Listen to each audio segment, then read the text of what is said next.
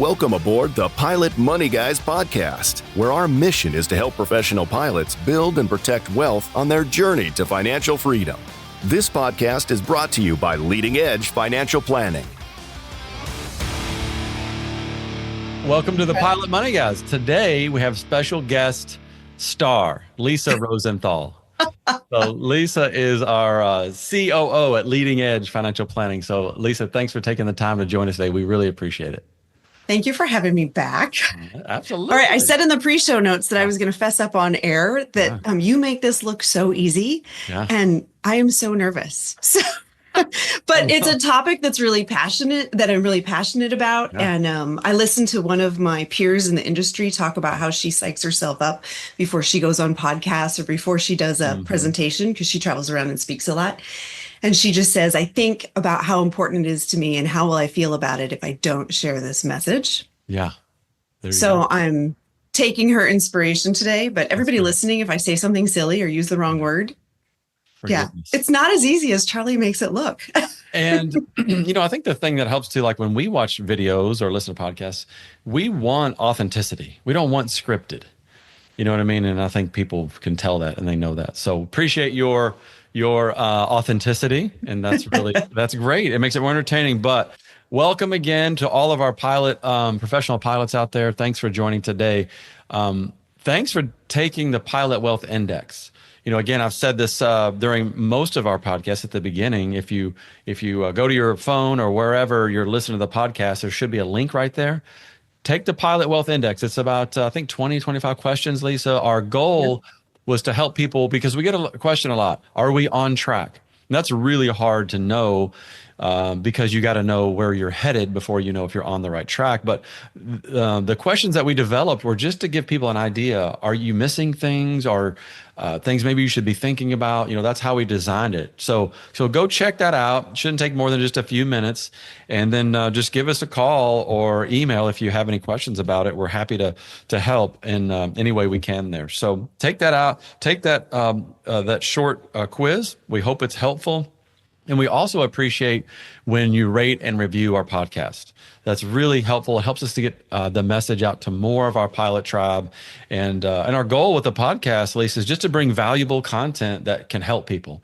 We know sometimes, Lisa, in podcasts, like if we had the certain headline or clickbait or something like that, that we might get more viewers, but we're skipping that. We just want to put out good content, interview people that can really add value or at least provide some entertainment, like our podcast 99 with Jack Stewart, one of our, in fact, we've got his book right back here. So that was a fun podcast. He's a really funny guy and a great writer, Tom Clancy style books. In fact, let me show it here. This was his first book in a series. We're big fans. Kevin was having a great time interviewing Jack because he loves the books and loves that genre as well. So check that out, podcast 99. But let's jump in. Lisa, today we are going to talk about how to raise smart money kids. I think that's the best way to say that, right? I mean, it is so valuable. And hopefully today we're going to do a couple things. We're going to provide a good mindset, maybe a high level way of thinking about passing on good money values. And the reason we have you here is you're going to provide some hard hitting nuggets of do this, don't do that, right? Wow. Way to put the pressure on right out of the gate. Absolutely. Yeah. So both of us have kids ranging from college age down to high school. I've decided to start over and have some even younger kids. So we've got all sorts of age brackets covered, right?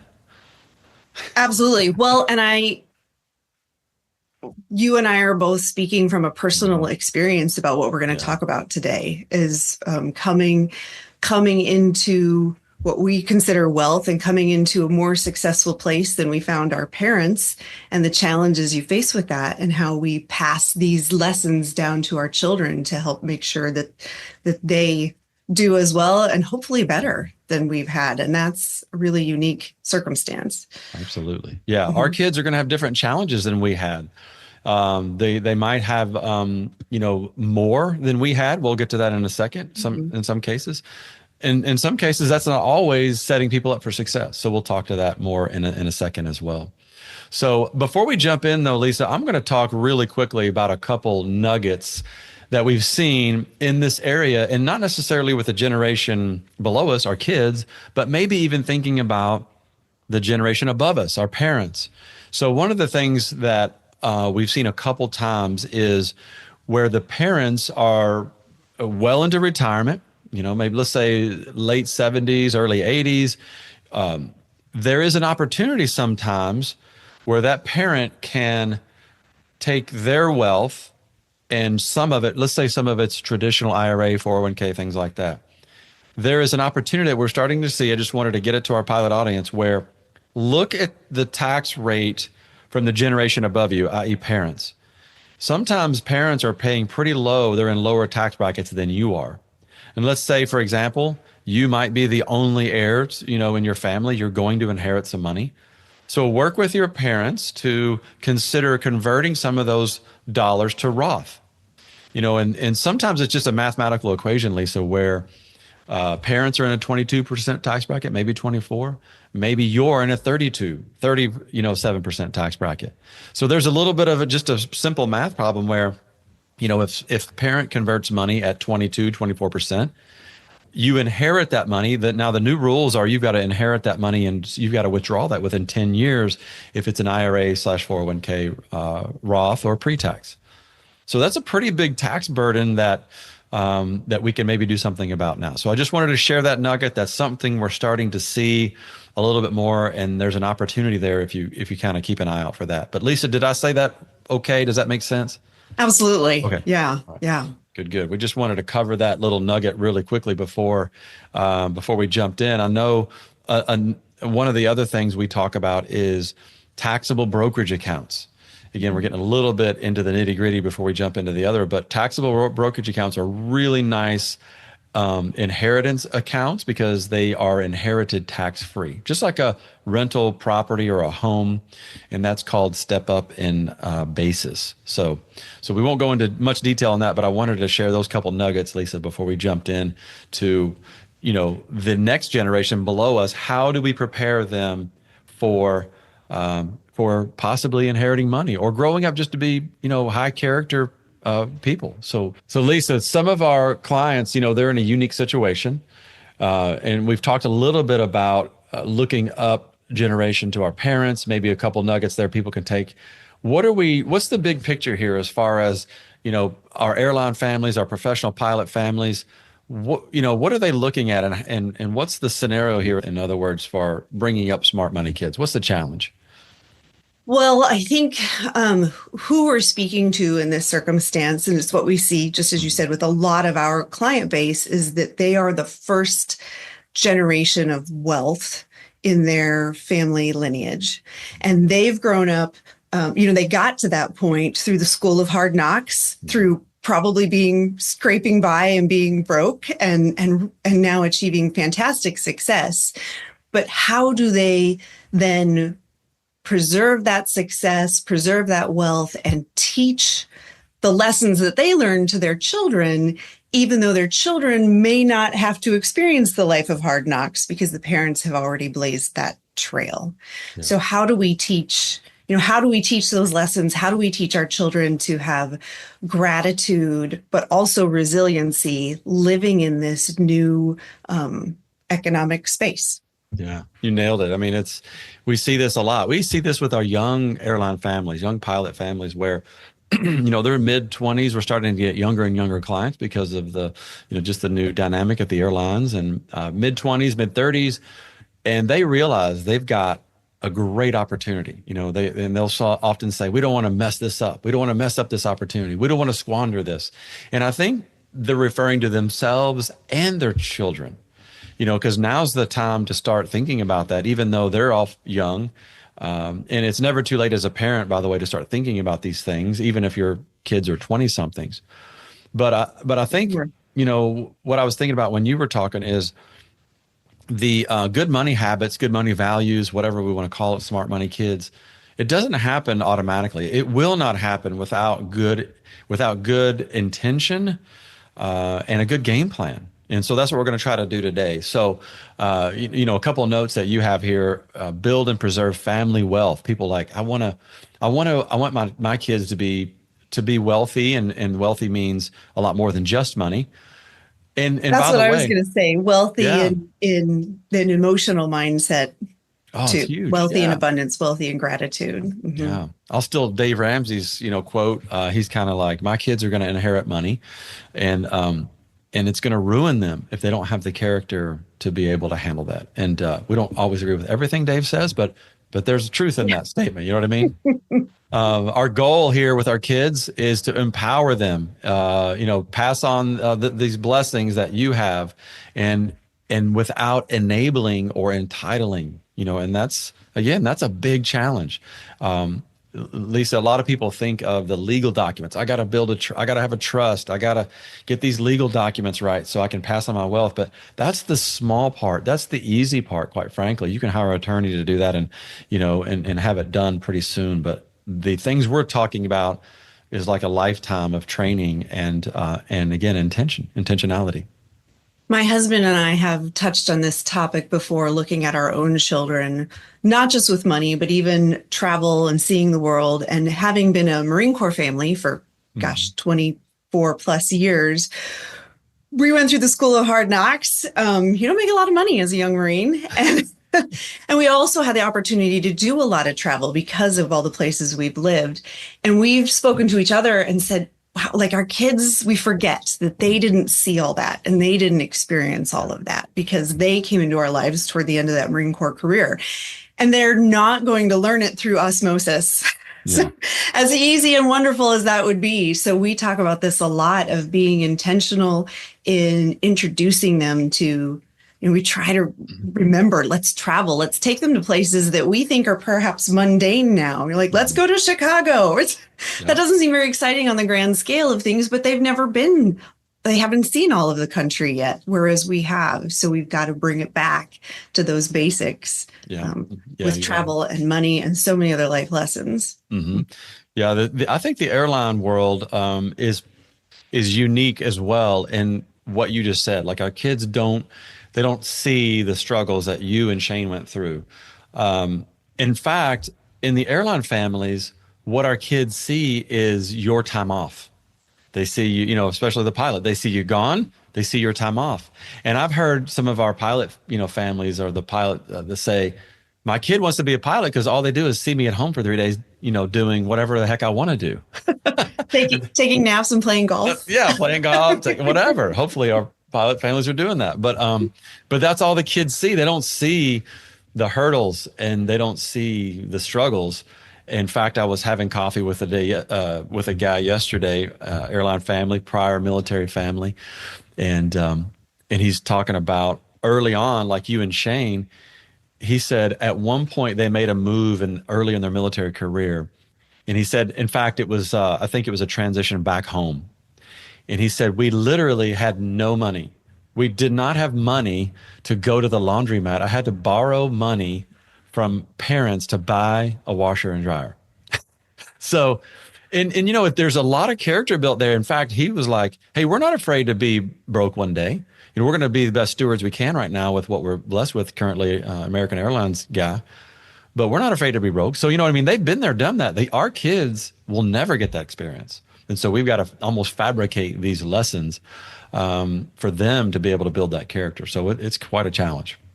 Let's jump in, Lisa. Let's talk about, we've kind of set the stage, this high level challenge that we all have and some things we need to be aware of. But what do you think as far as, we could start with early childhood, we could start with other values in general, but with the young kids, what are some things that you do and what you and Shane have experienced? Oh man. We've experimented with so many different methodologies over the years to try to introduce money smarts and the concept of opportunity cost. I remember our oldest, she's now in college. When she was really little, we did, we called it the ticket system. I learned it from my sister, where we bought a box of little trinkets and toys, and then we would reward her for well, she was kind of off the hook as a child, a little bit of a terror. So she's amazing now. Shout out to Erin. I couldn't be a luckier parent now, but we would reward her for just civil behavior or politeness, respect, showing, she would maybe help clean up the table as like a 4 or 5-year-old. It was amazing. We'd provide these tickets to her. And then after she had so many, she could go cash them in like a carnival. And that was our early way of trying to teach her, having, putting forth good behavior, consistent behavior, and being rewarded for that, kind of the early concept of work and reward. And then she could shop with it. That was one of the early ways that we tried to introduce that concept, and it worked for a while. What was really interesting, though, is that she did not have the self-restraint to save up her tickets. As soon as she had enough to look in the box, there might have been something that was worth 10 tickets and she only had 6. And she was like, no way, I want that immediate gratification. Right. So it took a few more years and a few more methodologies to teach her that and of course, we're talking a little kid. It was more than reasonable for her to want immediate gratification. But we started out with processes like that, and also being really intentional about how we spoke about money. When you've got a little kid, even an elementary school kid with you, say you're out at the grocery store and they want this and they want that, and all the things they dangle at you in the checkout line, and being careful to not say, we can't afford that. And instead, it's, we haven't budgeted for that. And anybody who's listened to podcasts that I've been on knows that I'm a little passionate about not necessarily budgeting, but planning on intentional spending. I'm a YNABber, which we are a crazy group of people. Crazy tribe right there. Yeah. So those are some of the things that we employed early on with the kids. Yeah. So you talked about the token system, or the token, you said ticket system, but there's also, I think, I heard it called the token economy maybe. And just to kind of restate what you said, we did something similar where we bought several things and put them in this area where the kids could see them. I think that's what you said you did as well. Yeah. And so then they said, oh, I want that. And I'm like, well, you got to earn, because money to early young kids doesn't really mean much. It's the thing. It's what money gets that means something. So whatever you decide to use, you could use marbles, tickets. But when you earn enough check marks, smiley face, marbles, whatever it might be, you get to go to that closet, that open area where the toys are, and you get to pick something out. But I love that what you did with Erin, because let's say she chose not to delay the gratification and get something better. That's fine, because let's say, I'm not even sure that saying that was a mistake is the right thing to say even, but let's say that it was wonderful. She made a mistake when she was 6, who cares, right? And then maybe later on, she was probably like, I should have waited. There's a huge lesson there, I think, in even allowing her to make that mistake, because I think another lesson learned here, and what we used to say in the training center is a foot stomper here, is allowing your kids to make mistakes while they're young. And the mistakes are kind of inconsequential compared to what they will be down the road, I think is so huge. Allowing them to make that mistake, allowing them to fix it, even showing them they can fix the mistake, whatever it might be, and if it's money, well, then you can go earn more, and here's how you fix that. And that gives hope to kids and gives confidence as they grow with money. That is key. Mm-hmm. Yeah. The knowledge building and the confidence building will set them up for so much more success later on. Yeah, absolutely. So a book for this age group, I bought this and read it, and we'll send this to folks if they email us. We'll send it to them, but it's for kindergarten through 2nd grade. Lily Learns About Wants and Needs. And I think that's written by Lisa Bullard. That was recommended through our Financial Planning Association, I think, or something. But she's written this, Lisa Bullard, I think, is the author. She's written several books like that at that grade level. But I kind of got it myself, and I was like, I don't know about this, and read it with one of our kids really quickly. And sure enough, we're at the store, and they're like, Dad, do we want that, or do we need that? I was like, wow, you paid attention. It's kind of amazing. So that's incredible, right? Like, that is the question. Like, that's the question that we all face for perpetuity. Yeah. Absolutely. the balance between wants and needs. Yeah. Mm-hmm. Lisa, this might not be age specific, but you've got on here an experience where you all picked a charity together, I think. Tell us about that. We did, and it's kind of on the bubble between the Hmm. littles that we're just Yeah. talking about, and then when you get to kind of middle elementary school age, that again, referring back to what we said at the beginning, our kids aren't going to learn through osmosis. So we wanted to try to model intentional spending and gratefulness and giving back. So giving to a charity, but giving to a charity in a way that they could witness was something we decided to do early. And we did it as a family. So I narrowed it down to a handful of charities, having researched them on the internet using Charity Navigator and a few other tools. And I made sure I picked charities that would intrigue the kids. My son's a big birder. So I found like the Center for Biological Diversity, and they do a lot to save the owls and the birds of prey and all the other animals. And then we did one for pollinators and the bees and the flowers and things that I knew would catch their attention. And I laid them out and we discussed them as a family, and then we chose 3 of those. And then we talked about, okay, we're going to do this. And then we're going to give them money. And then when we get the annual reports, of course, they're not going to read the annual report, but they usually send you a poster, some cool pictures, Yeah. right? So every year I still get them, so that's something that has sustained now for the last 15 plus years. And my son still loves to see that. Like the little magazine we get for Center for Biological Diversity. It's got the most incredible photography in there. And it's a great prompt, a follow-up prompt to talk about what we're doing and how lucky we are to be able to support them. And it's been interesting to see that conversation evolve from when they were little.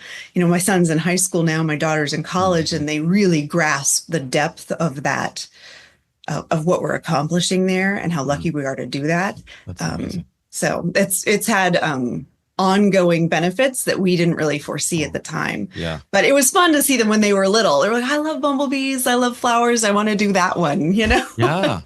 That's incredible. It's incredible what giving and being charitable does for each and every one of us. I mean, it's a game changer. It's hard to do, you know what I mean? Sometimes we don't want to, when you give stuff away, you have less. Let's just put it out there, right? Yeah. So it's initially sometimes a little scary and challenging, but man, it changes. I think it changes people, and especially kids. What a huge impact that what you all did is going to have on Grant and Aaron. Right. And there's opportunity cost there, right? Because we're giving up money for something that we're not going to, we are going to personally benefit from it, but not necessarily in a tangible way. I think you and I talked about this the other day, though, that one of our motivations is how will I feel if I don't do it? Yeah. Right. I'll feel horrible. Yeah. This is a value for our family, and it's worth the sacrifice. Sure. Amazing. Yeah. Absolutely. We've been doing Compassion International for a while. They sponsor humanitarian aid organizations, and they sponsor kids all over the world. South America, Africa, wherever. So you get this kid's picture and you become pen pals. They write to you, you write back. So our kids are of the age now where I'm making them write to them instead of me. And the other day we've got these little things where it was like a little card. They had 5 little cards, and they said, can you, this one card said, can you donate $100 to buy 5 chickens for Nellie, whoever this little, whatever her name or his name was. And the kids got so excited. In fact, I said, do you all want to get some chickens for this child in Sudan, or where, I can't remember where they were.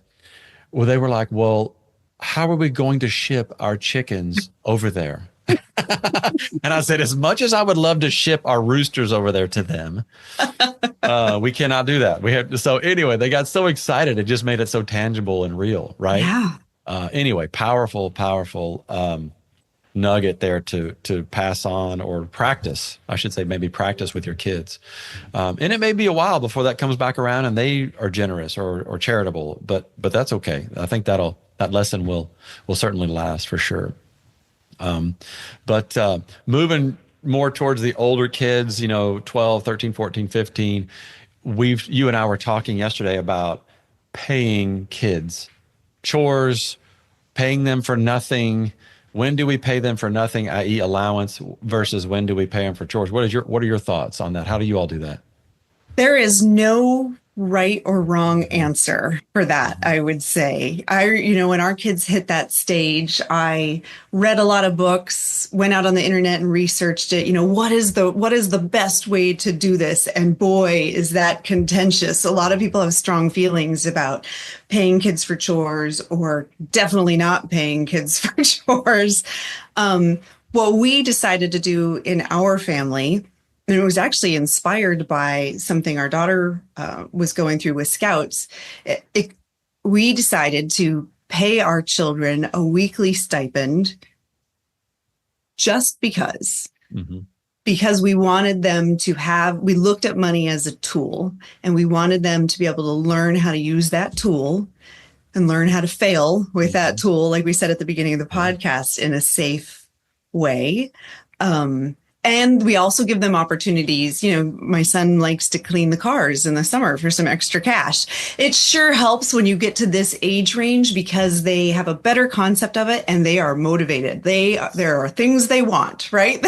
They're on the internet, they're interacting with their friends, and there's something there to move their meter in wanting to work and earn more.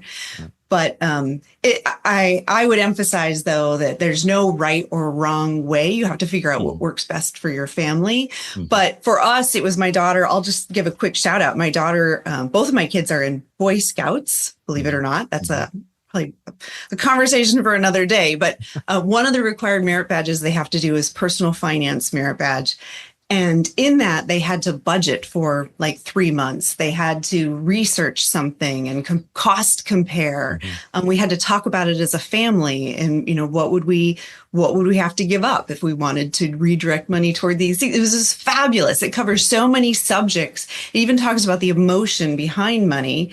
And we realized, oh my gosh, our daughter doesn't have any money to execute this badge, to go through this lesson. So that's what inspired us to implement that system. And I can tell you now that, she's made it through. She's in college, and it worked really well. Yeah. It worked really well to give her a tool, and she's doing excellently now, which I got to give the props to her. We just put it out there, and she took the lessons and ran with it. So I'm really proud of her. That's incredible. Yeah. And you're being modest, Bob, and you're bragging on Erin, because I'll just say she's a beast. And I mean that in the most complimentary way. I know her well. She's interned with us. She came down to visit UT here in Knoxville. We got to hang out, for an afternoon. Right. She's awesome. An Eagle Scout. Eagle Scout. That's what I was going to say. She's an Eagle Scout. I think she'll be president one day. So let's just throw that out there. But she's definitely going to change lives. That kid has a heart of gold, and she's everything that I would love to have been at her age. I learn from her all the time. She's amazing. Yeah. Well, she's standing on your shoulders. How about that? So there we go. We make a good team. Yeah. That's awesome. That's awesome. So, so the other, one of the things I like, and I've heard in general, just to put a kind of bow on what you're talking about, is allowances are great. I love the way you talked about it. Hey, just allow them to make those little mistakes. They have an allowance. And again, this is age appropriate. I don't think we've got 10-year-old, a couple of 10-year-olds in the house right now, and they're not quite ready for just money because we have to buy too much stuff for them. But when they get older and you're out and about and you want, let's say, something small, this may sound cruel, Lisa, so you can tell me to back off. But sometimes I get a little extreme. But if I'm out and about with my older, when my daughter was a little older, let's say 14, 15, definitely 16, I stop somewhere and I get something that I want. If it, like a little soft drink or something, I might go, well, where's your money? Oh, I don't have any money. I'm like, oh, that's a bummer that you don't get us.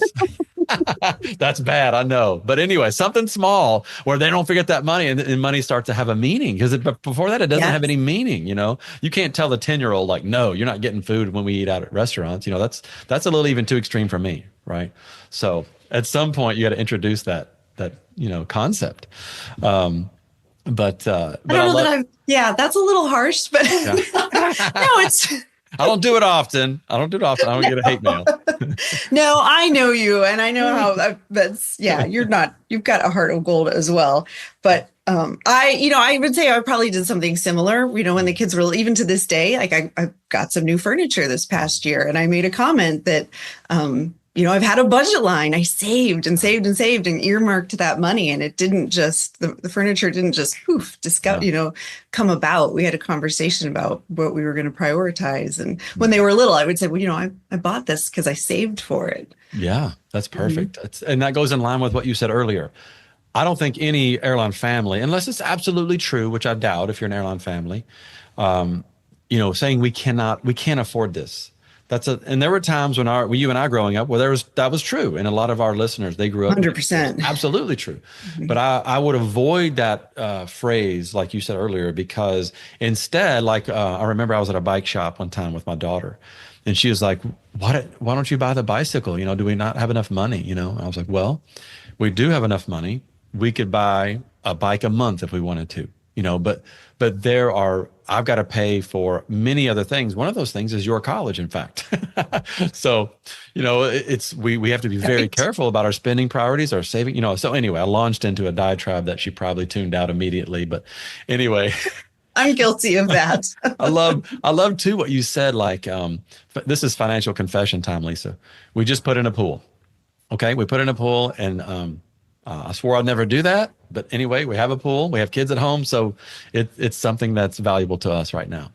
But the other day, my daughter was out there and she was like, "Oh, this is awesome," So and I don't know if she mentioned something about how much it costs, and I said, "Well, why we were able to do this, right?" And she said, "Well, because you saved up, So I've already brainwashed her a little bit, and I said, "Yeah, your mom and I worked really hard. We saved up for as long as we could, and we worked hard at our respective jobs." And so, of course, again, launched into my diatribe, which probably tuned out about 10, 15 seconds, but it's just those opportunities, right, to explain that perspective. And so I love that about when those opportunities present themselves, because it's, again, like we said earlier, it's not going to happen automatically. Lisa, so as we get a little older, talking now 16, 17, 18, what are some things that you all think about as far as techniques, making money smart kids? One of the things that we did or are still in the middle of doing, at least with our youngest, is, as I mentioned earlier, we decided to give them a small weekly stipend. And part of the requirement of that was that they didn't get to spend it all, that a portion of that they both have custodial Roths. And my son actually got he was like 8th grade, I think. And he loved being able to tell his teacher at school. She's like, this teacher's like, "No way, you have a retirement account." But he was old enough, and our daughter certainly was old enough to understand that concept. And so it was, they have to budget 15% of their stipend goes into their Roth accounts. They also have to budget a certain percentage for, we didn't say charity, but we say gifts for friends. We want them to think about being generous and doing nice things for others. And that was age appropriate. And on a side note, doing that custodial Roth gave us an opportunity to introduce the concept of investing. Right. This is what it is. These are some of the other vehicles you can use. Not only do you have a checking account or a savings account, but this is what a brokerage is, and this is what mutual funds are. And it was a great segue into just very basic information on the future complexities of how to make the most of your money. Yeah. That's awesome. I love the idea. Now our kids, again, 16 or higher, seems like maybe 17, they're old enough to understand what ownership means. And by ownership, I mean exactly what you just said: investing, owning a stock. And we're not, big fans of investing in a lot of single stocks and all that, but I love the idea. In fact, there are websites, there are ways to buy fractional shares of these companies like Disney. So what I've seen some people do is buy a fractional share or one share or a couple of shares of Disney, depending on the stock price, and literally frame the stock certificate in their kid's room. Like, you own, this is a part of Disney that you own. And when Disney does better, you're going to do better. You're going to participate in that. And that's a concept that it's a lot of people are not introduced to ever.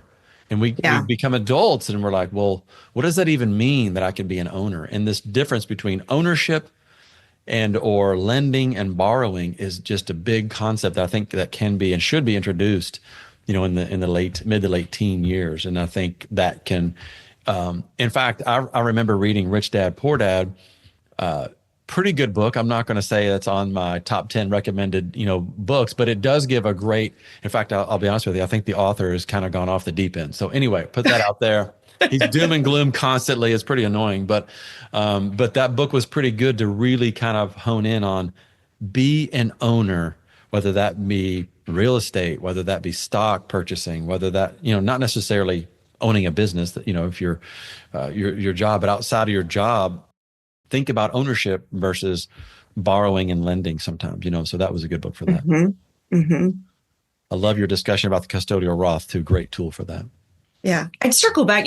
I was just thinking about, as I'm looking at our notes, I was thinking about the ticket system we're referring to when my kids were little, and then how that's translated now that they're big, and they're learning. It's really interesting. My son is still, he's 15, right? He still wants that immediate gratification. And to see that ticket system translate now into real dollars and spends on something because he wanted immediate gratification and then realize, shoot, I just set myself back on the thing that I really wanted. And then I was reading our notes here about kind of letting your kids fail, right? Mm-hmm. Letting them fail in a safe space. And that's not really failing, not getting to buy the one thing it's a little bit like it's a 15-year-old's interpretation of accidentally spending your money on something that wasn't the top priority. And look what you have to sacrifice and give up because of it.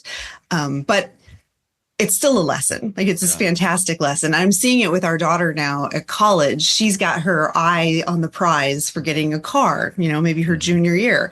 And so the things she's learning to give up, she's like, I can't go out and get coffee with my friends because that $8, I'm going to put it in my account and to see them experience, test the waters with the money and translate those lessons now into much more mature experiences. But man, sometimes it's tough. She'll need something new at school. She'll need, she lost her hat. And I'm like, I want to buy her a new snow hat. I could buy her a new snow hat and nothing. She goes to school in Minneapolis, so it's pretty cold.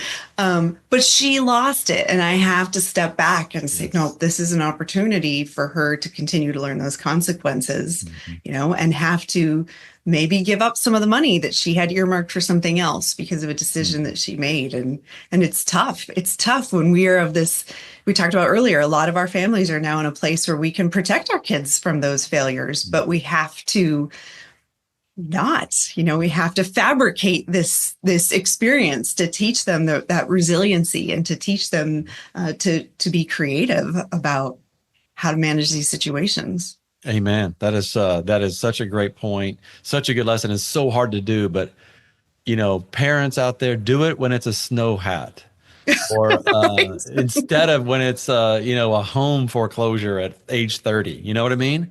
And so it's hard. Those opportunities are hard. It would be so easy to go do that. You don't want your daughter to be cold and the frozen tundra of Minneapolis right now, minus 10 degrees below zero, but whatever.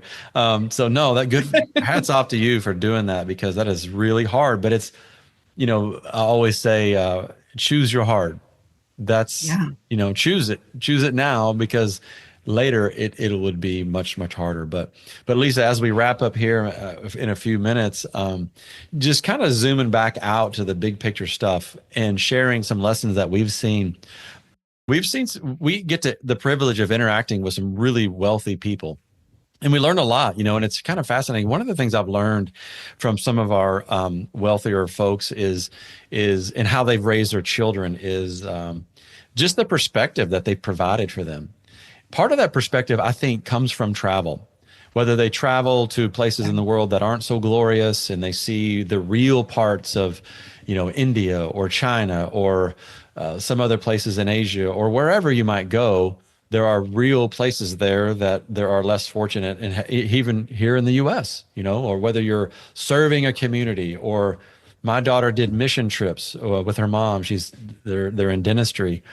So you talk about just seeing another part of the world that will change your kids' lives if you're That is able so to do that. important. Yeah, and I can't even quite put my finger on exactly what that is. I guess just perspective, but man, it changes that mindset of even a child that's going to inherit tremendous wealth.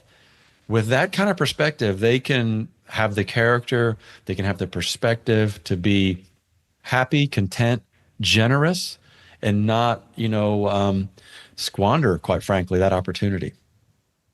One of the things that I think we skipped over on our notes, but particularly when you've got the teenage set, the college set age group of children, young adults, is to have those discussions as a family about your values. One of the quotes was, you're not just passing along your wealth, you're passing along your values. And particularly when they're old enough and mature enough to have that conversation, that goes hand in hand with experiencing the world. Even in your own backyard, there are people that are striving and hurting and hungry. And so to have regular conversations as a family about the gratitude and how blessed you are for us to live in the circumstances that we do, and ways to give back if that's meaningful to your family, or just to be really appreciative and grateful for what you've got. The passing along those values is really key, but you have to be, again, it's not by osmosis. You have to be intentional. We've got to bring some of those hard conversations to the surface and teach them how to have them and participate in that. Yeah, I think what I've seen too, and to your point about being intentional, not talking about it is not okay. In other words, even if you're a perfect example of money management, contentment, gratitude, etc., you have to speak about it. It's not like one of these things where if you like to exercise, your kids are going to see you exercise, or going to see you being healthy, etc. Money is not that way. It can easily be misinterpreted, and will be. I think the perceptions become reality. So it's super important that we talk to that stuff, do some of these things that we talked about today, to have that positive impact. Otherwise, again, that wealth that our pilot airline families are experiencing now, it could do more harm than good, if not the next generation, maybe the one after. So it's a real, like you said, powerful tool. Maybe it can be used for good, or it could hurt. So we got to be careful with that. Yeah. Excellent. All right. Let's see, any parting shots? We talked about a lot of great stuff today. Hopefully some very useful nuggets, and also a mindset that is required. Any books that you're thinking about that we didn't mention, as far as it might be useful, ones that you've read or you might recommend? Yeah, if you've listened to some of our podcasts before, this is one I brought up before when we were talking about creating successful young professionals. And I referred to this book. It's about raising kids, but it's so applicable just for your own life experience. And it's called The Opposite of Spoiled, Raising Kids Who Are Grounded, Generous, and Smart About Money. We'll include the link in the notes with the podcast. But that one is great. It's just great for perspective and ideas. I recently came across another one too, written by a British author. And it's Good with Money. The author's Emma Edwards. And what I love about this one is that she gets into the psychology behind money. As we all know, money is this fabulous tool, but it is laden with emotion. We carry a lot of baggage around money from the way we perceived it growing up, and it's important to address that. It's important to address how you react to it, for good and for worse. Yeah. And that book is great and it's geared toward young people. It's geared toward, high school, college age readers. Yeah. And we all have that emotional, I'll call it baggage with money, whether we know it or not. You know what I mean? Absolutely. The way we grow up with money is hugely important. So, Lisa, thanks so much for joining us today. And I appreciate all the good nuggets that you shared, the experiences. It's been fun. I mean, just a really powerful topic, you know what I mean, that we've got to get right for our kids. We owe it to our kids. We're going to leave a legacy, whether we like it or not. Let's leave a good one, and let's put some intention and some work into this. And I think I know it will absolutely pay off. So thank you so much, Lisa, for spending some time with us today. We appreciate it. Yeah. Thanks for letting me be part of the conversation. All right. Thanks. Please leave us a review and rating. Thanks for listening. We'll see you next time. Thank you for listening to the Pilot Money Guys podcast. Please subscribe, rate, and review on iTunes or wherever you listen. We are grateful for your reviews because they encourage others to listen in. Visit leadingedgeplanning.com to learn more and subscribe to our newsletter. Leading Edge Financial Planning, LLC, LEFP, is a registered investment advisor. Advisory services are only offered to clients or prospective clients where LEFP and its representatives are properly licensed or exempt from licensure. For additional information, please visit our website at www.leadingedgeplanning.com. The information provided is for educational and informational purposes only and does not constitute investment advice, and it should not be relied on as such. It should not be considered a solicitation to buy or an offer to sell a security. It does not take into account any investor's particular investment objectives, strategies, tax status, or investment horizon. You should consult your attorney or tax advisor. The views expressed in this commentary are subject to change based on market and other conditions. These documents may contain certain statements that may be deemed forward-looking statements. Please note that any such statements are not guarantees of any future performance, and actual results or developments may differ materially from those projected. Any projections, market outlooks, or estimates are based upon certain assumptions and should not be construed as indicative of actual events that will occur. All information has been obtained from sources believed to be reliable, but its accuracy is not guaranteed. There is no representation or warranty as to the current accuracy, reliability, or completeness of, nor liability for, decisions based on such information, and it should not be relied on as such.